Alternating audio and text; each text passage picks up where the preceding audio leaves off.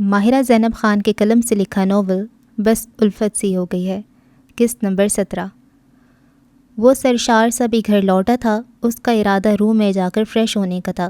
دو سیڑھیاں پھلانگتے ہوئے وہ اوپر اپنے کمرے میں آیا، پھر آدھے گھنٹے تک فریش ہونے کے بعد سادہ سا نیوی بلو کلر کا شلوار قمیص پہن کر پرفیوم کا ڈھیر سارا اسپرے کرتے ہوئے وہ دوبارہ نیچے آیا، جہاں ایک ہاتھ میں موبائل فون پکڑے ساری توجہ اسی کی طرف کیے وہ لاؤنج میں داخل ہوتا دکھائی دیا۔ نکھرے اور ضرورت سے زیادہ خوش نظر آتے کنان پر غیر ارادہ سی نگاہ اٹھی تو بے ساختہ زیر لب مسکراتے ہوئے فون بند کرتے ہوئے اس کے قریب چلا آیا۔ آج تو رنگ ڈھنگ ہی نرالے لگ رہے ہیں ایس پی صاحب، سواش نے اسے مسلسل مسکراتے ہوئے دیکھ کر چھیڑا۔ آج مجھے میرا من پسند عہدہ ملا ہے، خوش ہونا تو بنتا ہے نا۔ آستین کے کف پلٹتے ہوئے اس نے شوخی سے کہا۔ پیکنگ کر لی؟ کس چیز کی؟ سواش کی سنجیدگی سے پوچھنے پر اس نے دو بدو پوچھا۔ گھر سے باہر جانے کی، ماموں کو خبر ہو گئی تو اسی وقت تجھے بے دخل کرنے کا عندیہ سنا دیں گے۔ اگر ایسا ہوا تو اکیلے تو میں بھی نہیں جانے والا، تجھے ساتھ لے کر ہی نکلوں گا۔ آخر کو تیری مدد کے بغیر کہاں اتنا بڑا قدم اٹھا سکتا تھا۔ ٹھیک ہے بھائی، گرا دے سارا ملبہ مجھ پہ، سر جھٹک کر وہ مصنوعی ناراضگی سے بولا۔ ربا یار چائے تو پلا دو۔ لاؤنج میں بیٹھی ربا کو دیکھ کر اس نے آواز لگائی، جو ٹی وی پہ کوئی ڈرامہ دیکھ رہی تھی۔ بیٹھو تم، میں بنا دیتی ہوں۔ شاپنگ کی لسٹ بناتی امائزہ نے اسے اٹھتے دیکھ کر منع کر کے واپس بٹھا دیا، پھر اپنا پھیلا سامان سمیٹ کر ایک طرف رکھتے ہوئے وہ کچن کی جانے لگی۔ سواش بھائی آپ لیں گے؟ اس نے چند ثانیے کو رک کر اس سے بھی پوچھ لیا، ورنہ وہ پھر سے بنوانے کے لیے کچن میں بھیج دیتا۔ ایک تو وہ بھائی بول کر اچھے خاصے موڈ کا ستیہ ناس مار دیتی تھی۔ ابھی نہیں، نماز پڑھ کر پیوں گا۔ دانستہ اسے دیکھنے سے پرہیز کرتے ہوئے ٹائی کی نوک ڈھیلی کرتے ہوئے اس نے جواب دیا تو سر ہلاتی وہ وہاں سے چلی گئی۔ ابھی پڑھو گے؟ کنان نے چنبے سے پوچھا۔ سماعت میں اتنا ٹائم لگ گیا، وقت کا احساس ہی نہیں ہوا، اب قضا پڑھوں گا۔ جب سے وہ خواب اس نے دیکھا تھا تب سے ہی 5 وقت کی نمازوں کو پابندی سے پڑھنا اس نے اپنی عادت بنا لی تھی۔ حماز اور کنان کے ساتھ وہ بھی صرف جمعے کو باقاعدگی سے جاتا تھا، لیکن اب تو وہ ایک نماز کی قضا بھی نہیں ہونے دیتا تھا۔ زوار ملک فجر پڑھنے جب گھر سے نکلتے تو وہ بھی ان کے ساتھ ہی ہم قدم ہوتا تھا۔ ایک امید کی کرن جو اس کے ہاتھ لگی تھی وہ اسے کسی قیمت پر کھونا نہیں چاہتا تھا۔ اس خواب والے درویش نے اسے دعا کا راستہ دکھایا تھا، جس سے ناممکن کو بھی ممکن بنایا جا سکتا تھا۔ خود کو آزمائے بغیر ہی اس نے ہاتھ اٹھا دیے تھے، اب وہ خود کو ہر حد تک لے جانا چاہتا تھا۔ فرال، یہ کس نے دیا آپ کو؟ راکنگ چیئر پہ گود میں کوئی کتاب رکھے بیٹھی وہ سیب بھی دانتوں سے کتر رہی تھی، جب سنی کے سوالیہ انداز سے پوچھنے پر سر اٹھا کر اس کی نظروں کے تعاقب میں دیکھا۔ سیب اس کے حلق میں ہی اٹک گیا تھا۔ رائٹنگ ٹیبل پر سے سنی وہ گولڈن باسکٹ اب ہاتھ میں اٹھائے اس کے پاس چلایا تھا۔ ہماری دوست نے دی ہے۔ تھوک نگلتے بھی اس نے غلط بیانی سے کام لیا۔ کس دوست نے دی ہے؟ ماروی باجی نے یا صوبیہ باجی نے؟ وہ اچھے سے ان دونوں سے واقف تھا، وہ ذکر ہی اتنا کرتی تھی ان کا۔ نہ ان دونوں میں سے کسی نے نہیں دی، یہ کوئی اور فرینڈ ہے۔ کوئی اور فرینڈ؟ آپ نے نئے دوست بھی بنائے ہیں کیا؟ وہ حیرت سے پوچھ بیٹھا۔ فرال کے لیے دیے اور کسی قدر شرمیلی طبیعت سے وہ بخوبی واقف تھا۔ وہ خود سے کبھی کسی کو دوست بننے کی دعوت نہیں دیتی تھی، جو بھی خواہش مند ہوتا اسے خود ہی اس کی طرف ہاتھ بڑھانا پڑتا تھا۔ یونی جوائن کیے اسے کافی ٹائم ہو چکا تھا جب سے اب تک اس نے ماروی یا صوبیہ کے علاوہ کسی اور کو اپنا دوست بنانے کی ضرورت ہی محسوس نہ کی تھی، اور اب یہ نئی دوست کدھر سے نکل آئی؟ سنی کو اچنبھا سا تھا۔ مڑا تم اس کو نہیں جانتا، نیا دوست بنایا ہم نے۔ خود کو لاپرواہ دکھانے کی بھرپور کوشش کی تھی اس نے۔ دوست بنایا ہے یا بنائی ہے؟ اب کہ اس کا انداز بھی شرارت بھرا تھا۔ بنایا ہے، وہ بنا سوچے سمجھے بول گئی۔ بنایا ہے؟ وہ حیرت سے چیخ اٹھا۔ یعنی کہ کوئی لڑکا ہے؟ لڑکا؟ استغفر اللہ، نہیں وہ کوئی لڑکا نہیں ہے۔ سنی کی چیخ اٹھنے پر وہ گھبرا کر اس کی تردید کرنے لگی۔ تو پھر دوست بنایا ہے کا کیا مطلب ہوا پھر؟ اس کے انداز میں شک و شبہ تھا۔ اف، تم تو ہمارا سر ہی کھا گئی ہے۔ اسے گھورتے ہوئے وہ کتاب سائڈ پہ پٹکتے ہوئے اٹھ کھڑی ہوئی۔ اچھا ناراض تو مت ہو، نام ہی بتا دے اس کا دوست کا، وہ بھی شوخی سے کہتا اس کے پیچھے آیا۔ وہ بے یقینی سے اسے دیکھ رہی تھی جس کا سر جھکا تھا، آنکھوں سے آنسو تواتر سے بہہ رہے تھے، بدن بھی ہولے ہولے لرز رہا تھا۔ شازمہ کو یقین کرنے میں حد درجہ دشواری کا سامنا تھا کہ جو کچھ انہوں نے ابھی سنا ہے وہ کوئی خواب نہیں بلکہ حقیقت تھی۔ کل سے وہ جس قدر ذہنی اذیت کا شکار رہی تھی، سوچ کر اس کا ذہن معوف ہونے لگا تھا، ذہن و دل پہ ایک عجیب سا بوجھ پڑا تھا جو اسے کھل کر سانس تک لینے نہیں دے رہا تھا۔ ایک گھٹن کا سا احساس تھا جس نے کل سے اپنی لپیٹ میں لے رکھا تھا۔ جو سچ وہ اپنے ساتھ ساتھ اپنے گھر والوں سے بھی چھپانے کی کوشش کر رہی تھی، اس نے سمرین کو ابھی سے تھکا ڈالا تھا۔ ایک طرح سے وہ خود کو مجرم گردان رہی تھی۔ ویسے بھی یہ کوئی چھپنے والی بات تو نہیں تھی، ایک نہ ایک دن تو اسے سامنے آنا ہی تھا، اور کیا پتہ اس وقت رضوان اور شازمہ اسے قصوروار گردانتے، انہیں اعتماد میں نہ لینے پر۔ گزری رات اس نے یہی سوچتے سوچتے گزاری تھی کہ اب سر درد سے پھٹنے لگا تھا۔ اس نے جو بہتر جانا وہ کر دیا۔ مختصراً کنان کے جبری نکاح کے بارے میں بتا کر وہ انہیں شوق میں ہی تو مبتلا کر گئی تھی۔ تمہیں پریشان ہونے کی ضرورت نہیں ہے، تمہارے بابا سنبھال لیں گے سب۔ ان کا وجود خود طوفان کی زد میں تھا، لیکن اس کے سامنے کمزور پڑ کر وہ اسے مزید ٹینشن میں نہیں ڈالنا چاہتی تھیں۔ جب بھی اسے اپنے ساتھ لگا کر پرسکون رہنے کو کہا، لیکن اب اس کی زندگی میں سکون تھا ہی کہاں، وہ تو کب کا غارت ہو چکا تھا۔ مجھے بابا کی طرف سے ہی خوف ہے امی۔ ماں کی گود میسر آتے ہی وہ پھر سے بکھرنے لگی تھی۔ میں بات کروں گی ان سے سمرین، تم اپنی طبیعت مت خراب کرو۔ ان کی حالت کے پیش نظر اس کی طرف سے شازمہ کو فکر لاحق ہو چکی تھی۔ بابا؟ رضوان شاہ کو کمرے میں داخل ہوتے دیکھ اس کا رنگ اڑ چکا تھا۔ شازمہ بھی انہیں غیر متوقع طور پر دیکھ کر بری طرح چونک اٹھی۔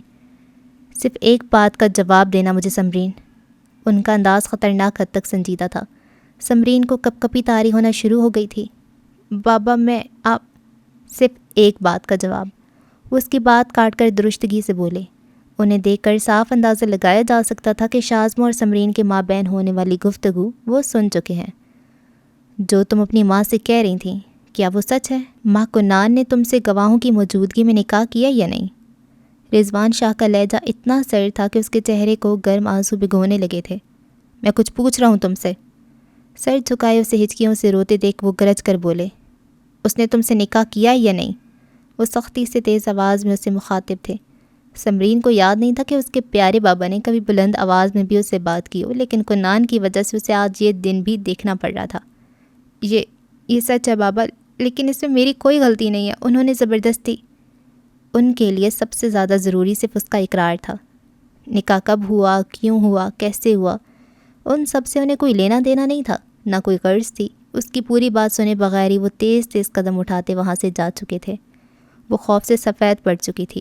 جانے اب رضوان شاہ کیا کرنے والے تھے۔ ان کے ارادے جس قدر خطرناک لگ رہے تھے، سمرین کا دل بری طرح دھڑکنے لگا۔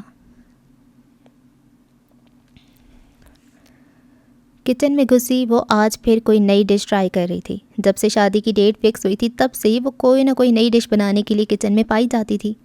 امائزہ آپی؟ جب ربا تقریباً بھاگتے ہوئے وہاں آئی۔ کیا ہوا ہے؟ ٹرائفل کا ڈونگا فریج میں رکھتے ہوئے امائزہ نے حیرت سے اسے دیکھا، جو رک کر سانسیں ہموار کر رہی تھی۔ آپ کے لیے ایک نیوز ہے، اس نے آنکھیں پٹ پٹا کر شرارت سے کہا۔ جو بھی بات ہے جلدی بتاؤ ربا، مجھے اور بھی کام کرنے ہیں۔ اس کے سسپینس پھیلانے پر وہ اکتاہٹ سے بولی۔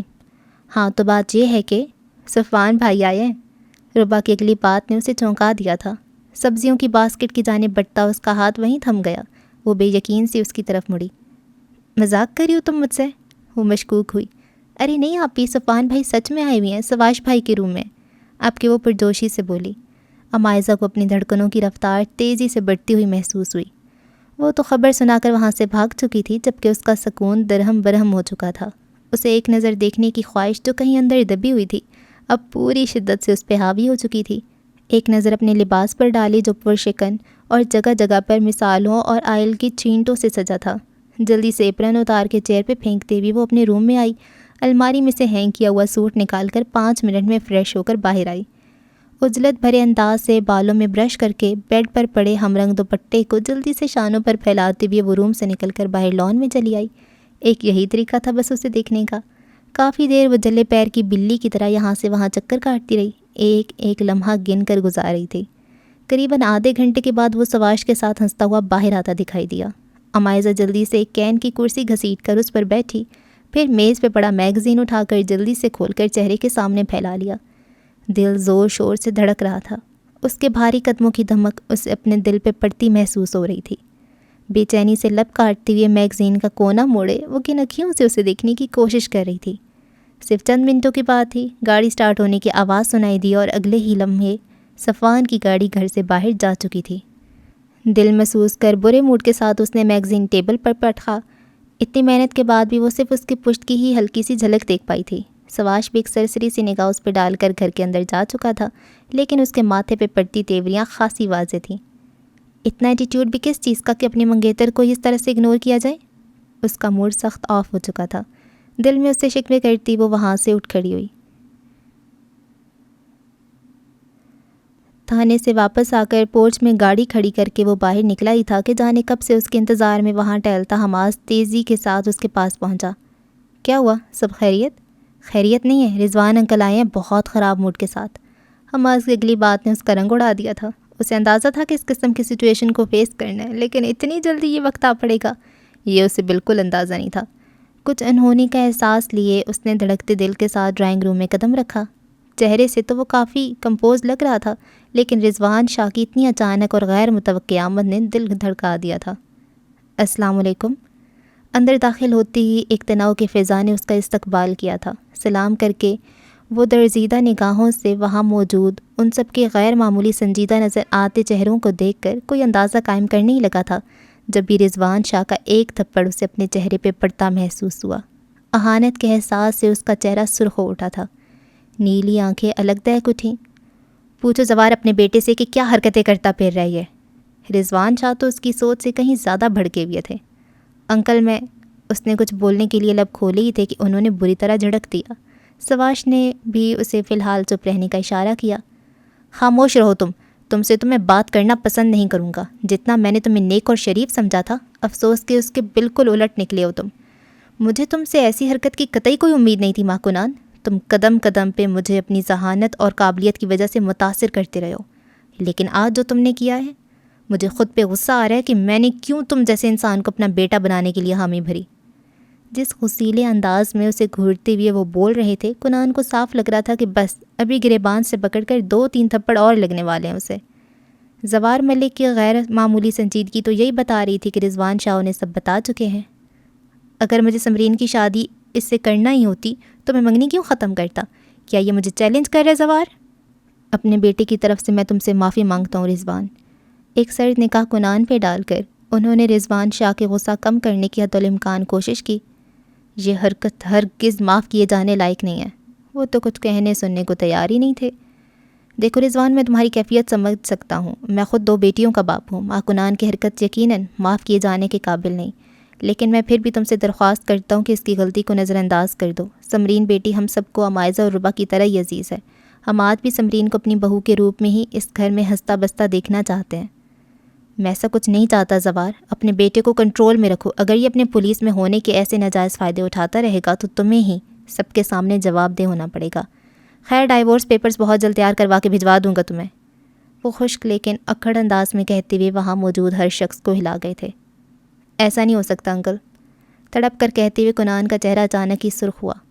کیوں نہیں ہو سکتا؟ جب نکاح ہو سکتا ہے تو طلاق بھی ہو سکتی ہے۔ اسے گھورتے ہوئے وہ طنز سے بولے۔ ٹھیک ہے پھر، جیسے نکاح ہو سکتا ہے ویسے ہی رخصتی بھی ہو سکتی ہے۔ وہ بھی انہی کے انداز میں بولا۔ کیا مطلب ہے تمہاری اس بات کا؟ ان کی پیشانی پر فوراً ہی بل پڑے۔ بات تو سیدھی اور صاف ہے جو میں… خاموش رہو کنان، زوار ملک نے اسے جھڑک دیا۔ یہ طلاق کا خیال اپنے ذہن سے نکال دو رضوان۔ بھلے سے تمہاری مرضی نہیں تھی، لیکن نکاح تو ہو چکا ہے نا۔ اب بات کو بگاڑنے سے اچھا ہے کہ تم خوشی سے سمرین کو رخصت کر دو۔ وہ انتہائی سنجیدگی سے بولے۔ بہت خوب، تم دونوں باپ بیٹے ہی ایک جیسے ہو، صرف اپنی مرضی چلانے والے۔ رضوان، میری بات تو سنو۔ ہم نے خاندان میں کسی کو رشتہ ختم ہونے کا نہیں بتایا ہے۔ نکاح جیسے بندھن کو توڑ کر کیوں ہم گناہ کے مرتکب ٹھہرے؟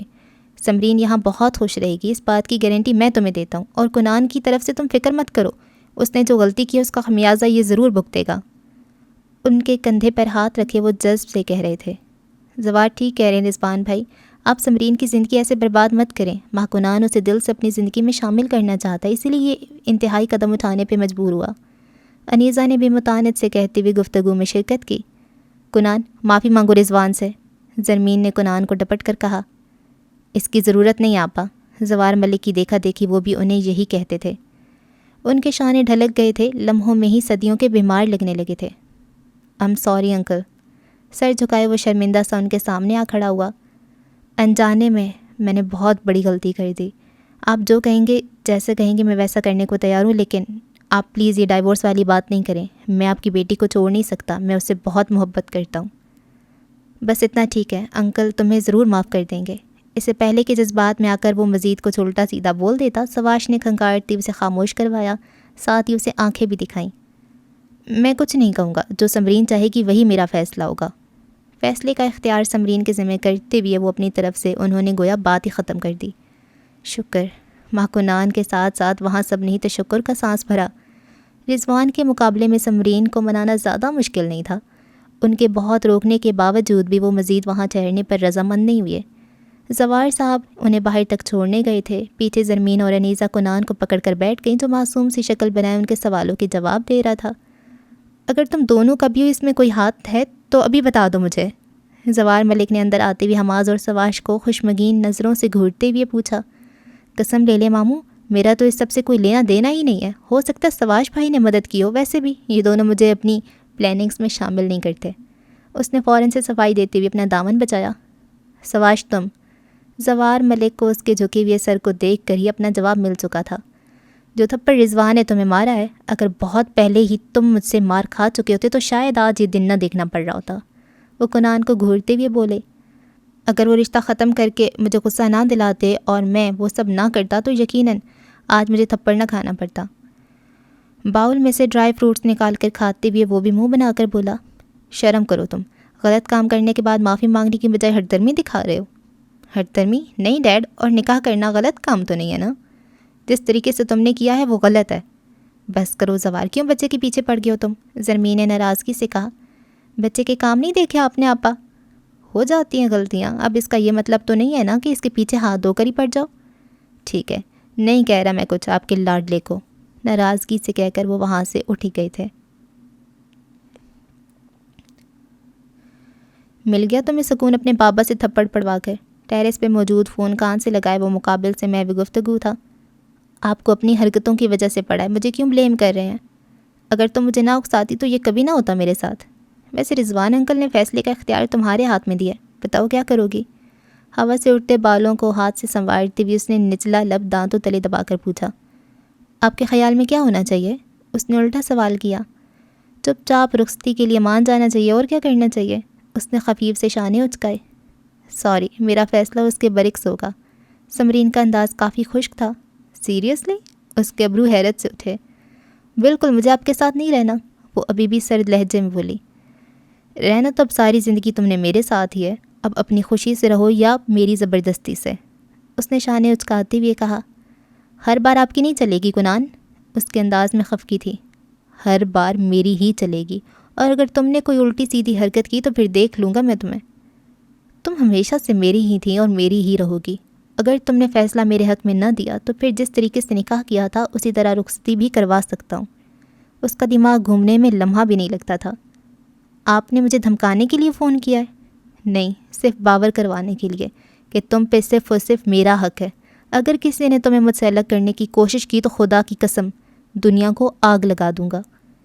میری بلا سے آپ نے جو مرضی کرنا کریں۔ شدید خفگی کے عالم میں اس نے سختی سے کہتے ہوئے فون ہی بند کر دیا تھا۔ کنان کا اتنا شدت بھرا انداز کبھی کبھی اسے خوفزدہ کرنے کے ساتھ غصہ بھی دلا جاتا تھا۔ اوئے، فون کاٹ دیا؟ حیرانی سے فون کی بلینک سکرین کو دیکھ کر اس نے 2 سے 3 بار پھر سے اس کا نمبر ٹرائی کیا جو وہ سوئچ آف کر چکی تھی۔ دیکھتا ہوں کب تک بھاگتی ہو مجھ سے، بڑبڑاتی ہوئے وہ اندر کی جانب بڑھ گیا۔ اتوار ہونے کے باعث وہ دیر سے سو کر اٹھا تھا۔ جب تک فریش ہو کر نیچے آیا گھر میں سناٹوں کا راج تھا۔ حالانکہ حمائزہ کی شادی کی تیاریوں کی وجہ سے کافی رونق لگی رہتی تھی۔ حماز بھی اسپیکر میں گانے لگائے زور و شور سے خود بھی سر سے سر ہلاتا ہوا پایا جاتا، لیکن آج تو اس کا اسپیکر بھی خاموش پڑا تھا۔ کیا ہوا ہے؟ کہاں ہیں سب گھر والے؟ وہ حیران سا کچن میں چلا آیا جہاں وہ اپنے اور ربا کے لیے ناشتہ بنا رہی تھی۔ ممی اور پاپا پپو کے ساتھ تمہارے سسرال گئے ہیں سب کو منا کر شادی کی ڈیٹ لینے۔ اوہ، پرسکون سی سانس لے کر وہ کرسی پہ ٹک گیا۔ ناشتہ کرو گے؟ ہاں ضرور۔ سواش اور حماس کا ہیں؟ حماس سو رہا ہے اور سواش بھائی ان کے ساتھ ہی گئے ہیں۔ سواش ساتھ کے؟ چلو پھر تو سمجھو کام ہو گیا۔ اس نے ہاتھ جھاڑے۔ زور زبردستی سے قائم کیے گئے فیصلے زیادہ پائیدار نہیں ہوتے مسٹر ایس پی۔ ناشتے کی ٹرے بھائی کے سامنے رکھتے ہوئے اس نے جتاتے ہوئے کہا۔ ہاں میں جانتا ہوں، لیکن اس میں محبت کے رنگ بھی شامل کر دیے جائے تو پھر یہ زبردستی نہیں رہتی۔ چائے کا کپ لبوں سے لگاتے ہوئے اس نے لاپرواہی سے جواب دیا۔ تمہارے فلسفے تو میری سمجھ میں ہی نہیں آتے۔ وہ بھی اپنا ناشتہ لے کر وہیں بیٹھ گئی۔ تمہیں سمجھنے کی ضرورت بھی نہیں ہے، تم بس اپنے سسرال جانے کی تیاری کرو، کنان نے شرارت بھری سنجیدگی سے کہا۔ فی الحال تو تم اپنی فکر کرو، اس نے بھی گھورتے ہوئے حساب بے باک کیا۔ وہ بے صبری سے ان کے واپس آنے کا انتظار کر رہا تھا۔ کئی بار سواش کا سیل ٹرائی کر چکا تھا جو وہ ریسیو ہی نہیں کر رہا تھا۔ اسے خود پہ اعتبار تھا لیکن سمرین پہ یقین نہیں تھا کہ کہیں سب کے سامنے انکار ہی نہ کر دے۔ کوئی 20 منٹ بعد جا کر سواش کی مرسیڈیز کار پورچ میں آ کر رکی۔ اس کے پیچھے ہی زوار ملک کی گاڑی بھی تھی۔ کیا ہوا؟ بات بن گئی؟ وہ عجلت میں وہیں چلا آیا۔ مبارک ہو، بات بن گئی ہے، دلہا بننے کی تیاری کرو، سواش نے ڈرائیونگ سیٹ سے اترتے ہوئے مسکرا کر اسے کہا۔ Thank God. بے ساختہ ہنستے ہوئے اس کے گلے لگنے کے بعد زوار ملک سے بھی ملا۔ اس نے ہمارے کہنے پہ رضامندی دی ہے کنان، اب اس بچی کو خوش رکھنا تمہاری ذمہ داری ہے، کوشش کرنا اسے کوئی تکلیف نہ ہو، ورنہ رضوان سے پہلے تم مجھ سے تھپڑ کھاؤ گے۔ اپنے جوان جہاں خوبرو بیٹے کو گلے لگا کر وہ اسے تنبیہ کر رہے تھے۔ فکر ہی مت کریں ڈیڈ۔ آج تو اس کا چہرہ خوشی سے پھوٹ رہا تھا۔ وہ سوگوار سی رضوان شاہ کے پاس سر جھکائے بیٹھی تھی، آنکھیں بھی نمکین پانیوں سے بھری تھیں۔ کنان کی فیملی کچھ دیر پہلے ہی وہاں سے گئی تھی۔ پریشان ہونے کی ضرورت نہیں سمرین، میں نے تم سے پہلے ہی کہا تھا جو بھی تمہارا فیصلہ ہوگا اس پر کسی قسم کا کوئی اعتراض نہیں کیا جائے گا۔ لیکن آپ خوش نہیں ہیں نا بابا؟ اس نے جھکا سر اٹھا کر متورم ہوتی آنکھوں سے انہیں دیکھا۔ ایسی بات نہیں ہے بیٹا، تمہاری خوشی مجھے سب سے بڑھ کر عزیز ہے۔ رضوان نے اسے ساتھ لگاتی ہوئے اس کا سر چوما۔ آپ سچ کہہ رہے ہیں نا؟ اس نے بچوں جیسی معصومیت سے پوچھا۔ بالکل سچ، مجھے امید ہے کنان کے ساتھ تم ایک اچھی زندگی گزارو گی، لیکن کبھی بھی کہیں بھی ضرورت پڑی تو بلا جھجک ہمیں بتانا۔ وہ عام انسانوں سے کافی مختلف ہے، اس کی طبیعت اور نیچر میں کافی شدت پسندی ہے، ہر چیز کو لے کر وہ کافی پوزیسو ہو جاتا ہے، اور پھر جس قسم کا اس کا پروفیشن ہے اس کی وجہ سے وہ کافی سخت اور اکھڑ بھی ہو جاتا ہے۔ کبھی کوئی مسئلہ ہو بھی جائے تو معاملے کو بگاڑنے کی بجائے مصلحت سے کام لینا۔ سبرین کو ساتھ لگائے وہ اسے سمجھانے کی کوشش کر رہے تھے۔ شاپنگ پہ کب جائیں گے؟ ہم کو تو بہت خوشی ہو رہی ہے سمرین تمہارا شادی کی، فرال پرجوشی سے کہا تو وہ مسکراتے ہوئے آنسو پوچھتے ہوئے اس کی طرف متوجہ ہوئی۔ آج تک آپ نے صرف پختون شادیاں ہی اٹینڈ کی تھیں، اب آپ دیکھیے گا کہ کراچی میں کس طرح سے شادی ہوتی ہے۔ سنی اس کے جوش کو مزید ہوا دے رہا تھا۔ آپ نے اتنی قریب کی تاریخ دے دی رضوان، اتنی ساری تیاریاں کرنی ہیں، سب کچھ کیسے ہوگا؟ شازمہ کو تو یہ سوچ کر ہول اٹھ رہے تھے۔ اللہ نے چاہا تو سب کچھ ٹھیک ٹھاک ہو جائے گا، اور پھر ایک بیٹی کے فرض سے سبق دوش ہوں گے جبھی دوسری کی باری آئے گی۔ انہوں نے مسکراتے ہوئے فرال کو دیکھ کر کہا جو سنی اور سمرین سے اپنی ہی تیاریوں کے بارے میں گفتگو کر رہی تھی۔ اگر سنی کچھ سال بڑا ہوتا تو میں فرال کو ہی وجاہت سے مانگ لیتا۔ انہوں نے فرال کے والد کا ذکر کرتے ہوئے کہا، سچ میں رضوان، اس بچی کی وجہ سے کافی رونق لگی رہتی ہے گھر میں، میری بھی یہی خواہش تھی کہ یہ ہمیشہ کے لیے ہمارے گھر رہ جائے۔ شازمہ نے بھی اسے پیار سے دیکھتے ہوئے کہا، جس نے ان کی دوسری بیٹی کی کمی پوری کر دی تھی۔ ہوش میں رہوں کیوں آج میں، تو میری باہوں میں سمٹی ہے، مجھ میں سمائی ہے یوں جس طرح کی کوئی ہم ندی، تو میرے سینے میں چھپتی ہے، ساگر تمہارا میں ہوں۔ اوپر کے پورشن کی طرف جاتی سیڑھیوں پر وہ 2 سٹیپس چھوڑ کر فون ہاتھ میں لیے اس پہ سر جھکائے بیٹھا گنگنا رہا تھا۔ تھینکس مائی لو، میسج ٹائپ کر کے اس نے سمرین کے نمبر پہ سینڈ کیا تھا، جس کا کچھ ہی لمحے بعد جواب آ گیا تھا۔ For what? For every thing میری جان، بی ان لمٹس، آگے سے تنبیہ کی گئی۔ اوہ کون سی لمٹس، کہاں کی لمٹس؟